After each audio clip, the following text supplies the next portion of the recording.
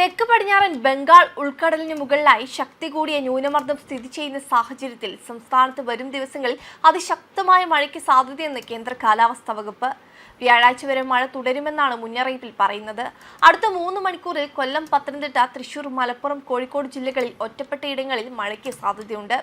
കോഴിക്കോട് ജില്ലയിൽ ശക്തമായ മഴയ്ക്കും മണിക്കൂറിൽ 40 കിലോമീറ്റർ വരെ വേഗതയിൽ ശക്തമായ കാറ്റിനും സാധ്യതയെന്നാണ് കേന്ദ്ര കാലാവസ്ഥാ വകുപ്പ് അറിയിച്ചിരിക്കുന്നത്. പ്രധാന റോഡുകളിലെ വെള്ളക്കെട്ട്, വാഹനങ്ങളിലെ കാഴ്ചമങ്ങൽ എന്നിവയ്ക്ക് സാധ്യതയുള്ളതിനാൽ ഗതാഗതക്കുരുക്ക് ഉണ്ടാകാം. താഴ്ന്ന പ്രദേശങ്ങളിലും തെക്ക് പടിഞ്ഞാറൻ ബംഗാൾ ഉൾക്കടലിന് മുകളിലായി ശക്തി കൂടിയ ന്യൂനമർദ്ദം സ്ഥിതി ചെയ്യുന്ന നദീതീരങ്ങളിലും വെള്ളക്കെട്ട്, വെള്ളപ്പൊക്കം എന്നിവയ്ക്കും സാധ്യതയുണ്ട്. ന്യൂനമർദ്ദം അടുത്ത 48 മണിക്കൂറിനുള്ളിൽ ആദ്യം വടക്കു പടിഞ്ഞാറൻ ദിശയിൽ സഞ്ചരിക്കാനും തുടർന്ന് വടക്കുകിഴക്ക് ദിശയിലേക്ക് തിരിഞ്ഞ് തെക്കു പടിഞ്ഞാറൻ ബംഗാൾ ഉൾക്കടലിന് മുകളിലൂടെ നീങ്ങാനും സാധ്യതയുണ്ട്.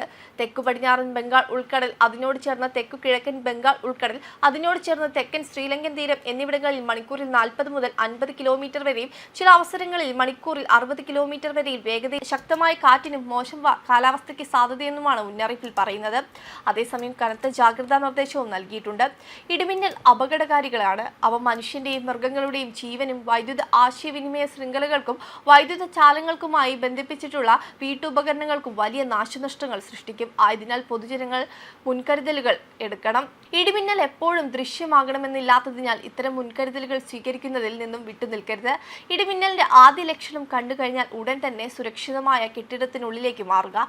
തുറസായ സ്ഥലങ്ങളിൽ തുടരുന്നത് ഇടിമിന്നലേൽക്കാനുള്ള സാധ്യത വർദ്ധിപ്പിക്കും. ശക്തമായ കാറ്റിനും ഇടിമിന്നലിനും സാധ്യതയുള്ള ഘട്ടത്തിൽ ജനലും വാതിലും അടച്ചിടുക. വാതിലിനും ജനലിനും അടുത്ത് നിൽക്കാതെ ഇരിക്കുക.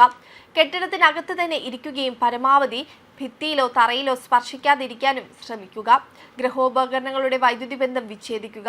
വൈദ്യുത ഉപകരണങ്ങളുമായുള്ള സമീപനം ഇടിമിന്നലുള്ള സമയത്ത് ഒഴിവാക്കുക. ഇടിമിന്നലുള്ള സമയത്ത് ടെലിഫോൺ ഉപയോഗിക്കുന്നത് ഒഴിവാക്കണം.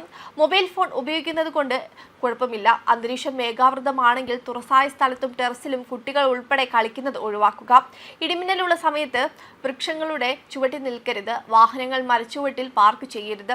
ഇടിമിന്നലുള്ള സമയത്ത് വാഹനത്തിനകത്ത് തന്നെ തുടരുക.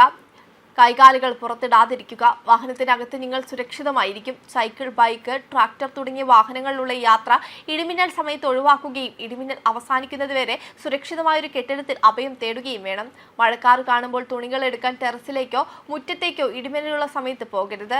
കാറ്റിൽ മുറിഞ്ഞു വീഴാൻ സാധ്യതയുള്ള വസ്തുക്കൾ കെട്ടിവെക്കുക. ഇടിമിന്നലുള്ള സമയത്ത് കുളിക്കുന്നത് ഒഴിവാക്കുക. ടാപ്പുകളിൽ നിന്ന് വെള്ളം ശേഖരിക്കുന്നതും ഒഴിവാക്കുക. പൈപ്പിൽ മിന്നൽ മൂലമുള്ള വൈദ്യുതി സഞ്ചരിച്ചേക്കാം. വെബ് ഡെസ്ക് കർമ്മ ന്യൂസ്.